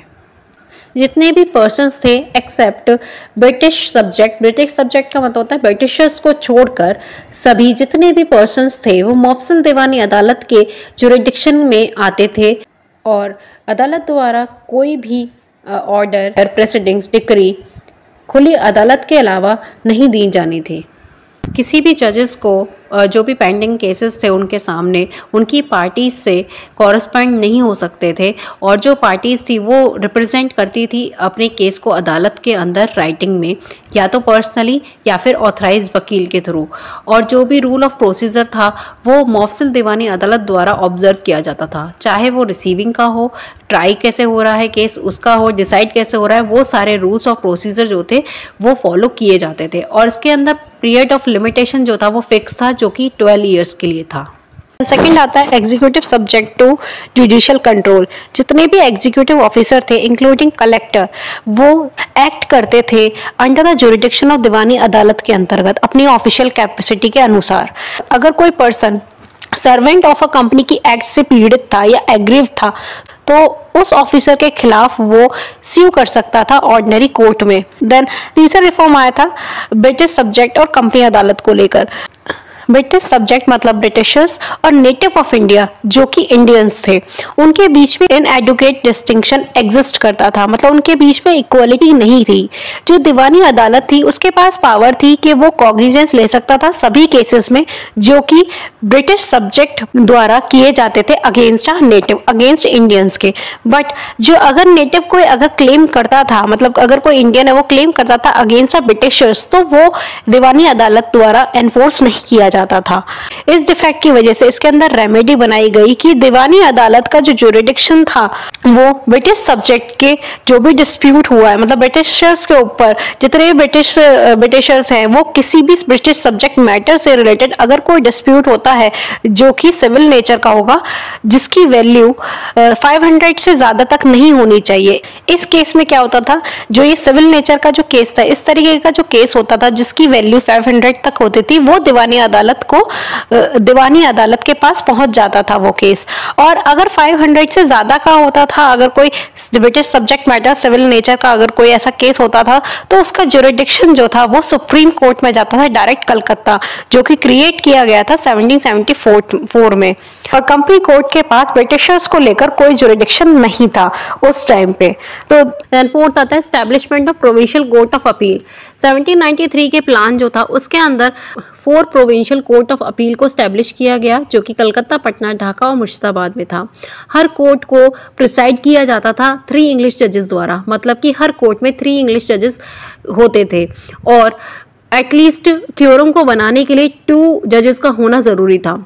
प्रोविंशियल कोर्ट ऑफ अपील के अंदर ओरिजिनल स्यूट्स और कंप्लेंट्स को सुना जाता था, जो कि मौफसिल दीवानी अदालत द्वारा मना किए जाते थे रिसीव या प्रोसीड्स। मतलब अगर मौफसिल दीवानी अदालत में कोई स्यूट रिफ्यूज या रिसीव करने से मना कर दिया जाता था तो वो case provincial court of appeal देखती थी। उसके प्रोविंशियल कोर्ट ऑफ अपील के पास जुरिडिक्शन था कि वो कॉज को सुने और उसका डिसीजन ले, और विदाउट पेक्यूनियरी लिमिट, मतलब without subject matter, without value of subject matter limit के जो भी मौफसिल दीवानी द्वारा डिसीजन दिया जाता था उसके खिलाफ जो अपील थी, उस डिसीजन के अगेंस्ट जो भी अपील की जाती थी वो प्रोविंशियल कोर्ट ऑफ अपील में की जाती थी। प्रोविंशियल कोर्ट ऑफ अपील जो था उसके पास ऑथराइज था कि वो जो भी सबऑर्डिनेट जज है उनके अगेंस्ट जो भी करप्शन के चार्जेस हैं उनको वो देखता था और उसके बाद वो फॉरवर्ड कर देता था सरदार दीवानी अदालत में। सबऑर्डिनेट जजेस द्वारा मिसकंडक्ट, नेग्लिजेंस और मिसकंडक्ट के जो भी केसेस थे उनकी रिपोर्ट करने का भी अधिकार था और उन्हें सदर दीवानी अदालत या गवर्नमेंट द्वारा इन्वेस्टिगेशन के लिए भेजे गए केसेस की जांच भी करनी थी।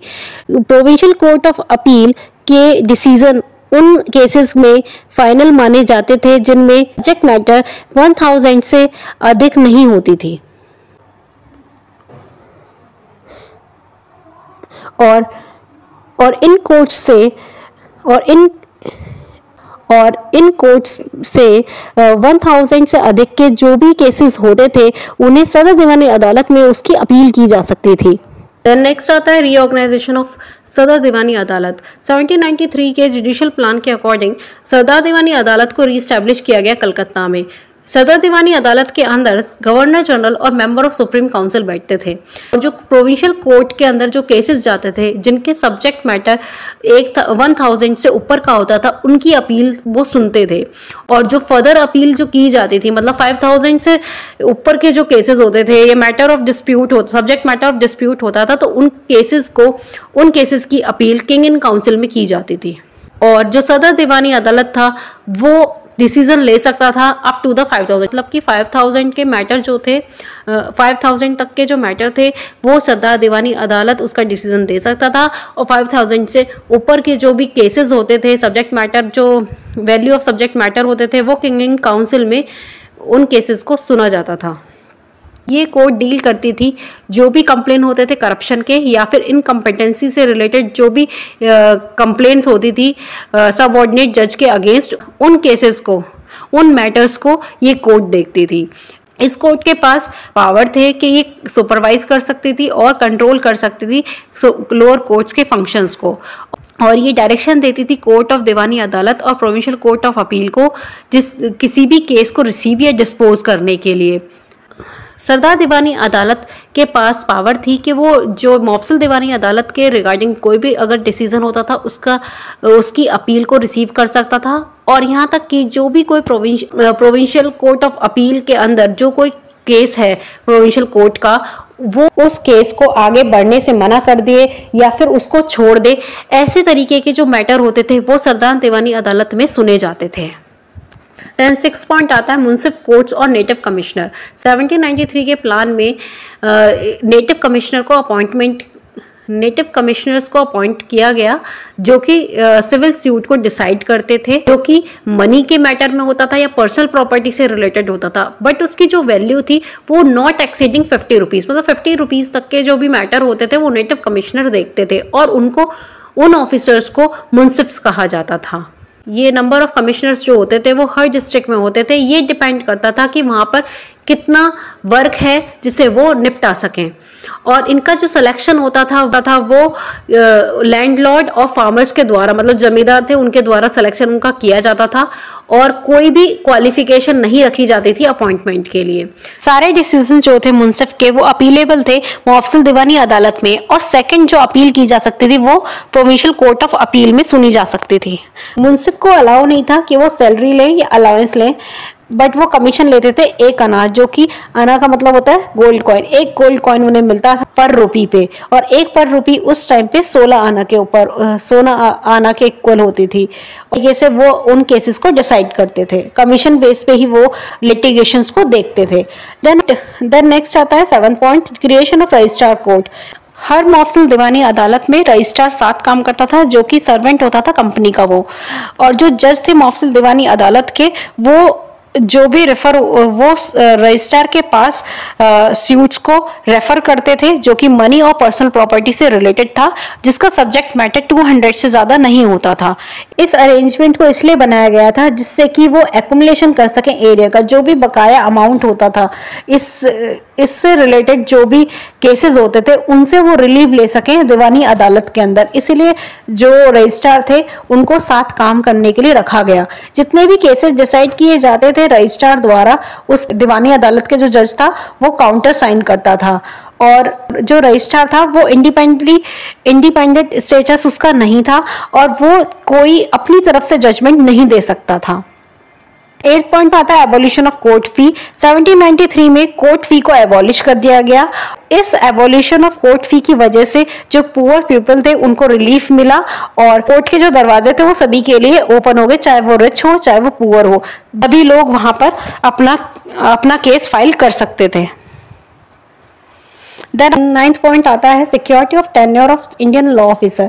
1793 का जो जुडिशियल प्लान था उसके अंदर लॉ ऑफिसर जो थे सरदार अदालत, provincial court of appeal and circuit, court of मौफसिल दीवानी अदालत, ये सभी जो लॉ ऑफिसर थे ये अपॉइंट और डिसमिस किए जाते थे गवर्नर जनरल काउंसिल के द्वारा, और ये लोग ओथ लेते थे अपॉइंटमेंट की, और इन्हें सिक्योरिटी ऑफ टेन्योर भी गारंटी किया जाता था, और इनके पास पावर थी कि करप्शन के लिए ट्रायल कर सकते हैं किसी भी लॉ ऑफिसर पे।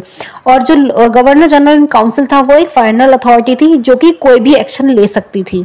10th आता है एडमिनिस्ट्रेशन ऑफ क्रिमिनल जस्टिस।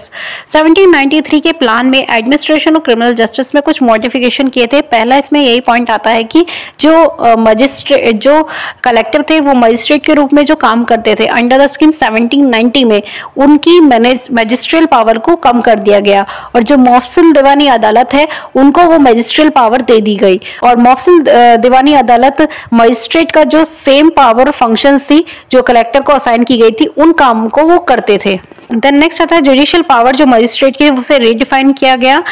जो पेटी ऑफेंसेस थे उनकी लिमिटेड पनिशमेंट देने का उन्हें पावर दिया गया, इसमें कि वो इम्प्रिजमेंट दे सकते थे 15 दिन का, और फाइन दे सकते थे 100 रुपीज तक का। 1790 में स्टैब्लिश सर्किट कोर्ट और 1793 में प्रोविंशियल कोर्ट ऑफ अपील को मिलाकर 4 अपील एंड सर्किट कोर्ट बनाए गए। ऐसे ही ईच कोर्ट में 3 जजेस होते थे। कोर्ट को खुद को 2 डिवीजनों में ब्रेक किया गया। जो सीनियर जज थे उनका एक डिवीजन बनाया गया, और जो 2 अदर जज थे, मतलब 2 अदर जज थे, उनको दूसरे डिवीजन में रखा गया, जो कि एक साथ उस कोर्ट पर काम करते थे। इसे पूरा करने के बाद 3 जजेस मौफसिल दीवानी अदालत से अपील सुनने के लिए बैठते थे, और सदर निजामत अदालतों के कॉन्स्टिट्यूशन में कोई बदलाव नहीं किया गया। देन 11th आता है ऑर्गेनाइजेशन ऑफ लीगल प्रोफेशन। 1793 के प्लान में लीगल प्रोफेशन को रेगुलेट किया गया। जो पर्सन वकील प्रोफेशन में शामिल होते थे उन्हें क्वालिफिकेशन को पूरे करने के बाद एक सर्टिफिकेट मतलब सनद ऑब्टेन करना जरूरी था, और सदर दीवानी अदालत प्लीडर्स को लाइसेंस इशू करता था जो कि लॉ कोर्ट में प्रैक्टिस करने के लिए अप्लाई किया जाता था, और उन्हें अगर उनका कोई मिसबिहेवियर प्रूव हो जाता था तो उन्हें लिस्ट ऑफ वकील से रिमूव भी करने का पावर सरदार दीवानी अदालत के पास था। देन नेक्स्ट पॉइंट आता है reforms in legislative method and forms. जो रेगुलेशन बना था 1793 में, प्रोविजन डाला गया कि जितने भी रेगुलेशन पास किए जाएं फ्यूचर में उसे प्रेम्बल में डाला जाए, जिससे कि ये पता चले उस एनेक्टमेंट का रीजन क्या था। अब जैसे भी हम कोई भी लॉ पढ़ते हैं तो उसमें प्रेम्बल होता है, तो साथ में उसका रीजन भी बताया जाता है कि वो लॉ जो भी बनाया गया है वो कोई भी एक्ट बनाया गया तो वो किस रीजन की वजह से बनाया गया है। देन नेक्स्ट आता है reform in legislative method and forms. ये जो रेगुलेशन आया है ये हम प्रेजेंट लॉ सिस्टम में भी मानते हैं। जो रेगुलेशन 1793 में आया था उसके अंदर ये कहा गया था कि जितने भी रेगुलेशन बनाए जाएंगे फ्यूचर में, उसके अंदर जो प्रियम्बल होगा उसके अंदर प्रियम्बल के अंदर जो भी एनेक्टमेंट का रीजन होगा वो डाला जाएगा। अब जैसे हम कोई भी एक्ट पढ़ते हैं तो जब हम प्रियम्बल पढ़ते हैं तो उसमें लिखा रहता है कि ये एक्ट क्यों बनाया गया है, मतलब किसके ऊपर है। तो और इसके बाद इसमें यह भी प्रोविजन था कि जितने भी रेगुलेशन पास किए जाएंगे उनको नंबर किया जाएगा। जो कि हम प्रेजेंट लॉ की भी बात करें तो उसमें एक्ट नंबर होता है ना, तो इसी तरीके की बात कर रहा है कि जो भी रेगुलेशंस बनाए जाएंगे उसको नंबरिंग दी जाएगी और उनको प्रिंटेड फॉर्म में किया जाएगा और उनको एक वॉल्यूम के रूप में डाला जाएगा, मतलब उनको एक बाउंड करके वॉल्यूम में डाला जाएगा और जितने भी प्रोविजंस बनाए जाएंगे वो लॉ कोर्ट्स को सेंड किए जाएंगे। देन अब बात करते हैं merits of a plan of 1793 के मेरिट्स क्या थे। 1793 के जो भी हमने जुडिशियल प्लान पढ़ा उससे बहुत चेंजेस आए थे और बहुत सारे रिफॉर्म्स, इस रिफॉर्म्स की वजह से बहुत सारे चेंजेस आए थे एडमिनिस्ट्रेशन ऑफ जस्टिस में। देन आता है merit of a judicial plan of 1793। 1793 के जुडिशियल प्लान में बहुत सारे इम्प्रूवमेंट आए। पहला ये आया कि जो जुडिशियल और रेवेन्यू फंक्शन को मेंटेन करने के लिए सेपरेशन किया गया उसका, और जुडिशियल और एग्जीक्यूटिव को भी मेंटेन करने के लिए उनको सेपरेट किया गया, मतलब कि हर डिपार्टमेंट का या हर फंक्शंस को सेपरेट किया गया। देन जो प्रिंसिपल ऑफ जुडिशियल कंट्रोल था एग्जीक्यूटिव अथॉरिटी का उसको अप्लाई किया गया। चेक और बैलेंस लीगल मशीनरी के अंदर डाला गया, मतलब अगर कोई करप्टेड सबऑर्डिनेट ऑफिसर है, लीगल ऑफिसर है, लॉ ऑफिसर है, तो उसके लिए भी चेक बैलेंस कॉन्सेप्ट भी रखा गया। चेक बैलेंस कॉन्सेप्ट मतलब अगर कोई करप्टेड ऑफिसर है तो उसके खिलाफ भी कंप्लेन कर सकते हैं, तो इस तरीके से प्रोविजन भी आए। देन कोर्ट की जो ऑर्गेनाइजेशन थी उसको इम्प्रूव किया गया। कोर्ट ऑफ अपील को स्टैब्लिश किया गया फर्स्ट अपील के लिए, और जो नेटिव लॉ ऑफिसर थे उनको सिक्योरिटी ऑफ टेन्योर भी दिया गया। देन उसके बाद लीगल प्रोफेशन को फर्स्ट टाइम रिकॉग्नाइज किया गया था इंडिया में 1793 के जुडिशियल प्लान में। कोर्ट फी को एबॉलिश कर दिया गया और सब ऑर्डिनेट जुडिशियल एजेंसी को डील करा गया जो कि पैटी केसेस जो हैं वो देख सकें मुंसिफ के थ्रू। सिविल कोर्ट में ब्रिटिशर्स और जो भी इंडियंस थे, जो नेटिव्स थे, जो यहाँ के रहने वाले लोग थे, उनको इक्वल रखा गया उनका जुरिडिक्शन। और दीवानी अदालत जो है, जो उनका प्रोसीजर है उसको इलेबोरेट किया गया। देन उसके बाद यूनिफॉर्मिटी को इंट्रोड्यूस किया गया इस रेगुलेशन में, जिससे कि जो गवर्नमेंट द्वारा बनाया गया और जो कि इस प्लान का गुड फीचर भी था। देन नेक्स्ट आता है डीमेरिट्स। 1793 के प्लान में ये डिफेक्ट था कि उसमें इंडियंस को एक्सक्लूड कर दिया गया था, मतलब पब्लिक लीगल एडमिनिस्ट्रेशन में से इंडियंस को एक्सक्लूड कर दिया गया था। देन उन्होंने कोर्ट फी को जो था वो एबॉलिश कर दिया, जिसकी वजह से जो लिटिगेशन था वो इंक्रीज होने लगा। देन इंग्लिश जज जो थे उनको अपॉइंट किया गया था जिससे जो एडमिनिस्ट्रेशन ऑफ जस्टिस था वो फेल होने लगा था, क्योंकि वो यहाँ के जो कस्टम थे, ट्रेडिशन थे, लैंग्वेज थे, उसको इग्नोर करते थे। और उसके बाद इस सिस्टम को परफेक्ट बनाने के रिजल्ट में ये क्या हुआ था, इसमें चीजें कॉम्प्लिकेटेड हो गई थी। इस प्लान के अंदर मुंसिफ की सैलरी को लेकर कोई भी प्रोविजन नहीं था, जिसकी वजह से जो भी पेटी केसेस होते थे, जो वैल्यू ऑफ स्यूट्स होते थे, उस पर वो कमीशन लेते थे। इसी वजह से क्या होता था कि ब्राइबरी ज्यादा बढ़ गई और करप्शंस जो थे वो मुंसिफ कोर्ट्स में ज्यादा होते थे। बट हम कंक्लूजन की बात करें तो जुडिशियल एडमिनिस्ट्रेशन का जो ऑर्गेनाइजेशन था उसको इनिशिएट किया था वॉरेन हास्टिंग ने और कॉर्नवालिस ने उसको कंप्लीट कर दिया था। देन नेक्स्ट आता है लॉर्ड विलियम बेंटिक, और इसके अंदर हम लॉर्ड विलियम बेंटिक ने जो जुडिशियल प्लान बनाए थे या जुडिशियल रिफॉर्म्स वो लाए थे उसके बारे में पढ़ेंगे। तो लॉर्ड विलियम बेंटिक जुलाई 1828 में इंडिया के गवर्नर बने और मार्च 35 तक इस पद पर रहे।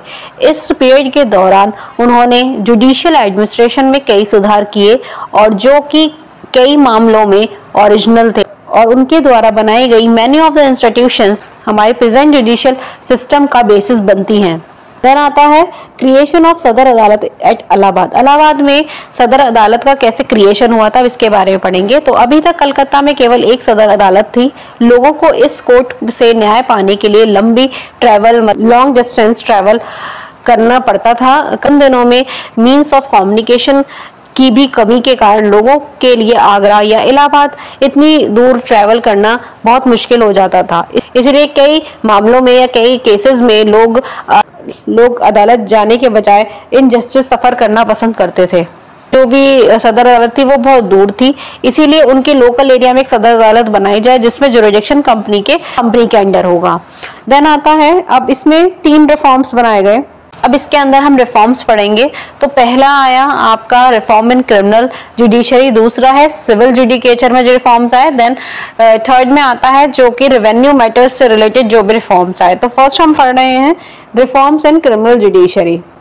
इसके जितने भी हेडिंग्स हैं वो आप इस अपने नोट्स में नोट कर लेना। तो फर्स्ट जो हेडिंग है वो रिफॉर्म इन क्रिमिनल जुडिशरी। तो फर्स्ट रिफॉर्म ये है, इसमें क्रिमिनल जस्टिस के एडमिनिस्ट्रेशन में बेंटिक ने बहुत से परिवर्तन किए, मतलब चेंजेस किए जिसे हम डिस्कस करेंगे। पहला था सर्किट कोर्ट को एबॉलिश करना या एबॉलिशन ऑफ सर्किट कोर्ट। तो सर्किट कोर्ट एक क्रिमिनल जुरिडिक्शन का मेन कोर्ट था। ये कई डिफेक्ट से सफर कर रहा था। इसमें मतलब या फिर कह सकते हैं इसमें कई डिफेक्ट्स थे। इनमें से सबसे बड़ा जो डिफेक्ट था वो ये था कि जो कोर्ट था उस पर हैवी वर्क लोड था और इसके कारण जो एरियर था या आउटस्टैंडिंग अमाउंट था या बकाया राशि थी वो बढ़ती जा रही थी या इंक्रीज होती जा रही थी और जो जस्टिस है उसमें डिले हो रहा था।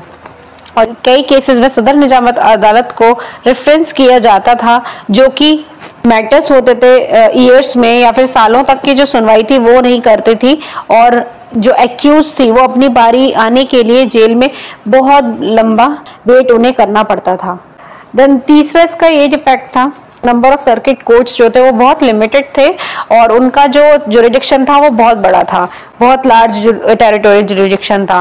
वो डिफरेंट डिस्ट्रिक्ट में सर्किट आयोजित करने के लिए पूरे क्षेत्र में मतलब पूरे जुरिडिक्शन में वो ट्रैवल आसानी से नहीं कर सकते थे। और कभी कभार ऐसा भी होता था कि कभी कभी जो कोर्ट थी उसमें जो पेंडिंग केसेस थे उनकी सुनवाई के लिए समय पर भी नहीं पहुंच पाते थे।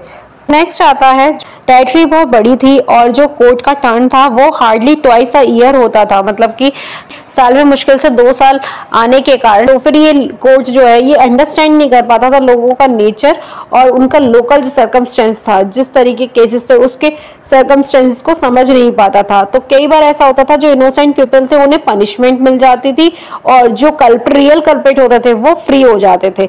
इस तरीके से वो डिसीजन नहीं ले पा रहे थे कोर्ट, क्योंकि वहाँ नेचर ऑफ क्राइम्स भी वो नहीं समझ पाते थे, क्योंकि वो नेचर ऑफ सर्कमस्टेंसेस कोर्ट नहीं समझ पाती थी। तो ये नेसेसरी हो गया था कि एक न्यू सिस्टम लाया जाए और इस पुरानी सिस्टम को रिप्लेस किया जाए। तो इसीलिए यहाँ पर कोर्ट ऑफ कमिश्नर को लाया गया। द नेक्स्ट आता है creation of the court of commissioner. तो रेगुलेशन फर्स्ट 1829 में क्या होता है, जो सर्किट कोर्ट था उसको रिप्लेस कर दिया गया कोर्ट ऑफ कमिश्नर से। और कोर्ट ऑफ कमिश्नर में अपॉइंटमेंट ऑफ कमिश्नर होता था, मतलब कमिश्नर का अपॉइंटमेंट होता था। और सर्किट कमिश्नर जो था, जो ये कमिश्नरी कोर्ट था, इसको कोर्ट ऑफ कमिश्नर था, इसको क्या बोलते थे, commissioner of revenue and circuit. इसके पास पावर थी कि ये कंट्रोल कर सकता था मजिस्ट्रेट को, पुलिस को, कलेक्टर को और अदर रेवेन्यू ऑफिसर्स को। एंटायर एरिया को डिवाइड कर दिया गया डिविजन्स में और ईच डिवीजन में कमिश्नर को अपॉइंट किया गया। कमिश्नर जो होता था वो कंट्रोल करता था सदर निजामत अदालत को जुडिशियल फंक्शन के लिए और बोर्ड ऑफ रेवेन्यू को रेवेन्यू फंक्शन के लिए।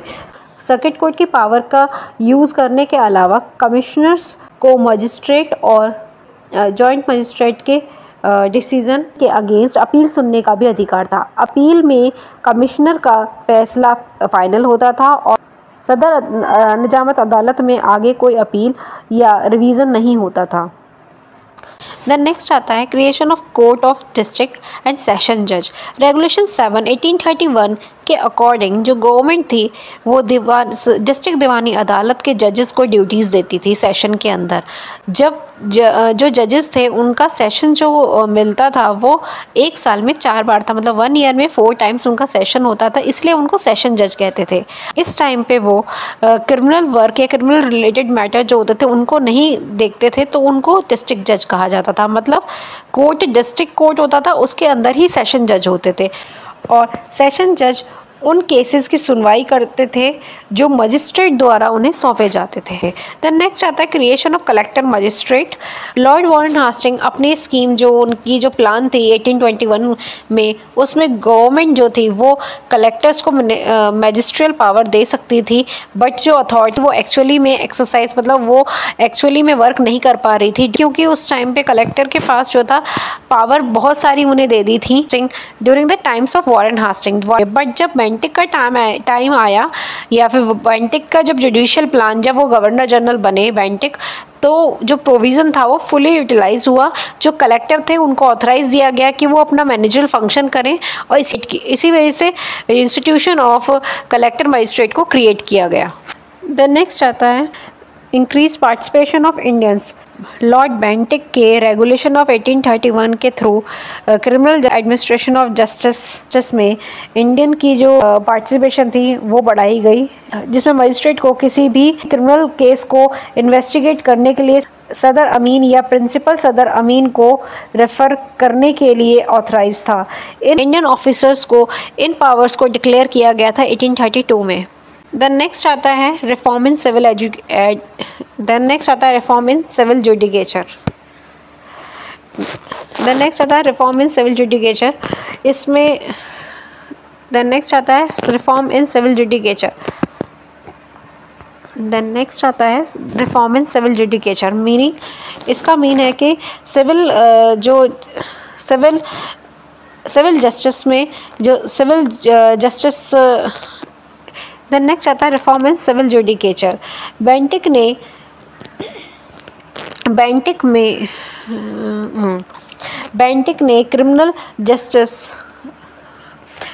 ने एडमिनिस्ट्रेशन ऑफ क्रिमिनल जस्टिस की तुलना में एडमिनिस्ट्रेशन ऑफ सिविल जस्टिस में इम्पॉर्टेंट रिफॉर्म्स लाए। देन नेक्स्ट आता है reform in civil judicature. Bentinck द्वारा बहुत सारे बेंटिक के अकॉर्डिंग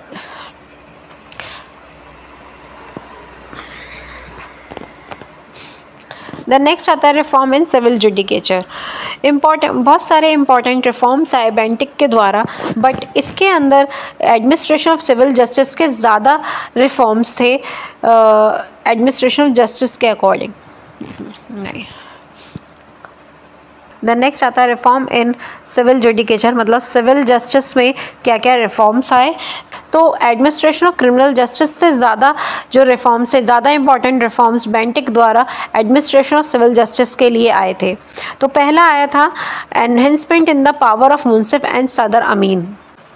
विलियम बेंटिक ने, क्योंकि जो लोकल जुरिडिक्शन थे वहाँ पर कमी थी लोगों एम्प्लॉयड्स की या फिर मुंसिफ और सदर अमीन की, तो उनकी संख्या को बढ़ा दिया गया। मतलब लोकल जुरिडिक्शंस जो थे जहाँ कमी थी उन जगहों पर उन्होंने सिविल जुडिकेचर के अंदर मुंसिफ और सदर अमीन की जो संख्या थी या जो नंबर ऑफ मुंसिफ थे या सदर अमीन थे उनको बढ़ा दिया गया, उनको इंक्रीज़ कर दिया गया। 1813 के जो रेगुलेशन 5 था उसके अकॉर्डिंग मुंसिफ का जो जुरिडिक्शन था उसको से बढ़ाकर 300 तक के मैटर्स थे। कोई भी मैटर हो, चाहे वो मनी से रिलेटेड हो, पर्सनल प्रॉपर्टी से रिलेटेड हो या रियल प्रॉपर्टी से रिलेटेड हो, वो सारे जुरिडिक्शन मुंसिफ देखता था। जुरिडिक्शन था सदर अमीन का, वो 300 से ऊपर के जो मामले होते थे 1000 तक के, वो उन केसेस को देखता था। अगर 1000 रुपीज़ से ऊपर का अगर कोई मैटर होता था, सब्जेक्ट मैटर होता था, वैल्यू ऑफ प्रॉपर्टी होती थी, तो वो केसेस को रेफ़र कर दिया जाता था डिस्ट्रिक्ट दीवानी अदालत में। ये जो केसेस थे ये रिलेट करते थे कोई भी मैटर हो, चाहे वो मनी से रिलेटेड हो, चाहे वो पर्सनल प्रॉपर्टी से रिलेटेड। तो ये सारे जो मैटर्स होते थे वो डिस्ट्रिक्ट दीवानी अदालत में जाते थे। तो द नेक्स्ट आता है कोर्ट ऑफ प्रिंसिपल सदर अमीन। जो नेटिव ऑफिसर्स थे उनके साथ मिलकर कोर्ट ऑफ प्रिंसिपल सदर अमीन को क्रिएट किया गया था।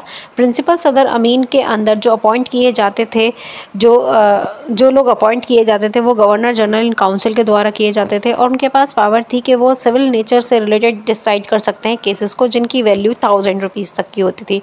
अगर कोई 1000 से 5000 तक की अगर कोई वैल्यू ऑफ प्रॉपर्टी या फिर वैल्यू ऑफ मनी या सिविल नेचर जो था सिविल नेचर का जो वैल्यू प्रॉपर्टी है उसका 1000 से 5000 होता था, तो वो डिस्ट्रिक्ट दीवानी अदालत में रेफ़र कर देते थे। और जो भी डिसीज़न और वो अपील और वो जो भी डिसीज़न लिया जाता था मुंसिफ सदर अमीन के द्वारा, उनके अगेंस्ट अपील भी सुन सकते थे। और यहाँ तक कि वो जो भी अपील आती थी, मतलब जो भी उन अपील्स को भी सुन सकते थे जो कि दीवानी अदालत द्वारा उन्हें दी गई हों, जो केस उन्हें दीवानी अदालत द्वारा दिए गए हों, रेफ़र किए गए हों विद द परमिशन ऑफ सदर दीवानी अदालत, तो उन अपील्स को भी वो सुन सकते थे। अगर प्रिंसिपल सदर अमीन का डिसीज़न है, ठीक है, तो उसके अगेंस्ट अपील दीवानी अदालत भी सुनता था। अगर स्पेशल केस का मैटर है तो वो सुनवाई सदर दीवानी अदालत के द्वारा की जाती थी। नेक्स्ट आता है judicial power of the registrar abolish.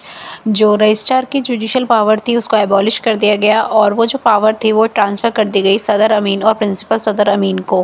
Then next आता है abolition of provincial court of appeal and enhancement of the power दीवानी अदालत। प्रोविंशियल कोर्ट ऑफ अपील को एबॉलिश कर दिया गया और जो दीवानी अदालत थी उसकी पावर को एनहेंस कर दिया गया। दीवानी अदालत जो थी उसके पास अनलिमिटेड पावर आ गई थी, वो जितने भी टाइप के या जितने भी अमाउंट के सिविल केसेस थे उसको सुन सकती थी। और जो रेगुलेशन सेकंड था 1833 का, उसमें गवर्नर जनरल जो थे उनको ऑथराइज था कि वो एबॉलिश कर सकते थे प्रोविंशियल कोर्ट ऑफ अपील को उस साल में ही। और जो रेगुलेशन 7 था इसी ईयर का, उसके अकॉर्डिंग ऑथराइज था गवर्नर जनरल को कि वो अपॉइंट कर सकते थे एडिशनल जज, जिससे कि डिस्ट्रिक्ट जज को हेल्प मिल सके सिविल वर्क में। और उसके पास वही पावर, सेम पावर होती थी जैसे कि डिस्ट्रिक्ट जज के पास पावर होती थी केसेस को डिसाइड करने की, ऐसे ही सेम पावर एडिशनल जज की होती थी। देन नेक्स्ट आता है introduction of jury system. Regulation 6 1832 के अकॉर्डिंग प्रोविज़न को बनाया गया गवर्नर जनरल इन काउंसिल के लिए कि वो किसी भी यूरोपियन सिविल जज जो कि ट्रायल चल रहा है सिविल सूट का, वो ओरिजिनल अपीलेट, इन दोनों की पावर्स को अवेल कर सकता है अपने आप। मतलब कि इस रेगुलेशन के अकॉर्डिंग जो भी जज थे, सिविल जज थे, वो अपना ट्रायल चला सकते थे और उसको असिस्टेंस जो मिलता था, जो उसके असिस्टेंट्स थे वो इंडियंस से मिलता था, जो कि तीन तरीके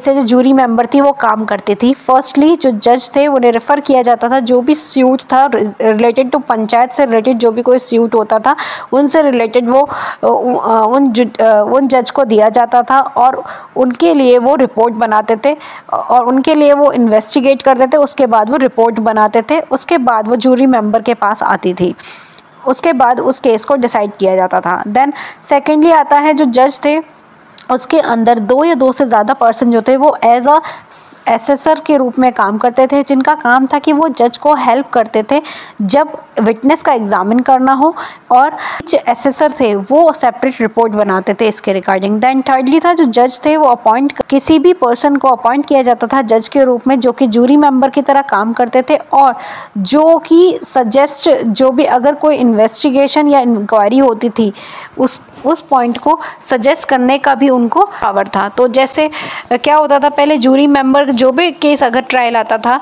ये क्रिमिनल केसेस आता था या फिर कोई सिविल केसेस, अब यहाँ पे सिविल केस की बात हो, सिविल केस आता था तो उसको डिसाइड की करती थी जूरी मेंबर। और जूरी मेंबर का जो भी जूरी मेंबर थे उनके पास अलग अलग उनको वर्क वो करती थी, उस हिसाब से वो डिसीजन लेती थी जाता था। देन नेक्स्ट आता है सोशल रिफॉर्म।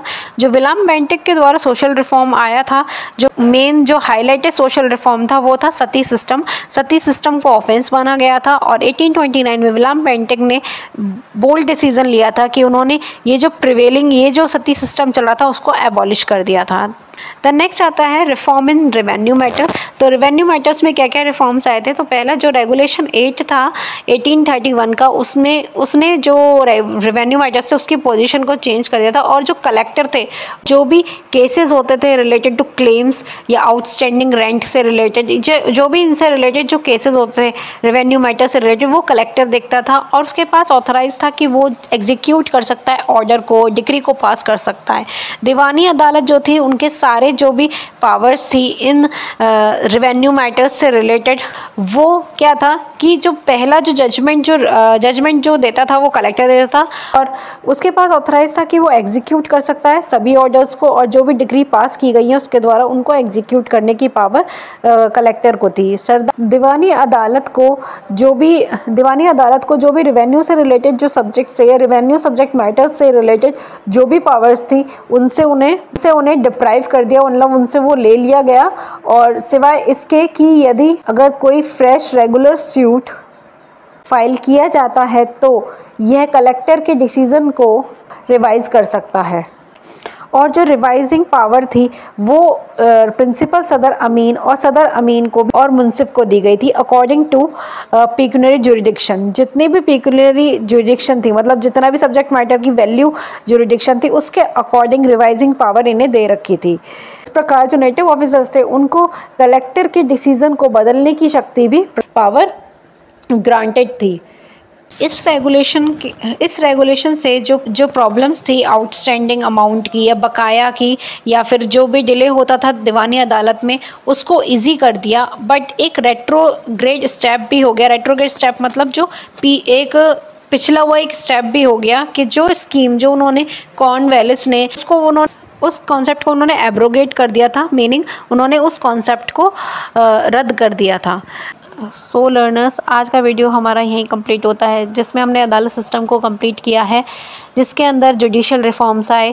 फर्स्ट आया वॉरेन हास्टिंग के जुडिशल रिफॉर्म, उसके बाद लॉर्ड कॉर्नवालिस के, उसके बाद विलियम बेंटिक के जुडिशल रिफॉर्म्स आए। देन आगे के लीगल हिस्ट्री के टॉपिक्स की वीडियोज़ के लिए बने रहिए हमारे चैनल के साथ। सो तब तक के लिए thank you for watching my videos. For more videos, watch, study, like and subscribe my channel.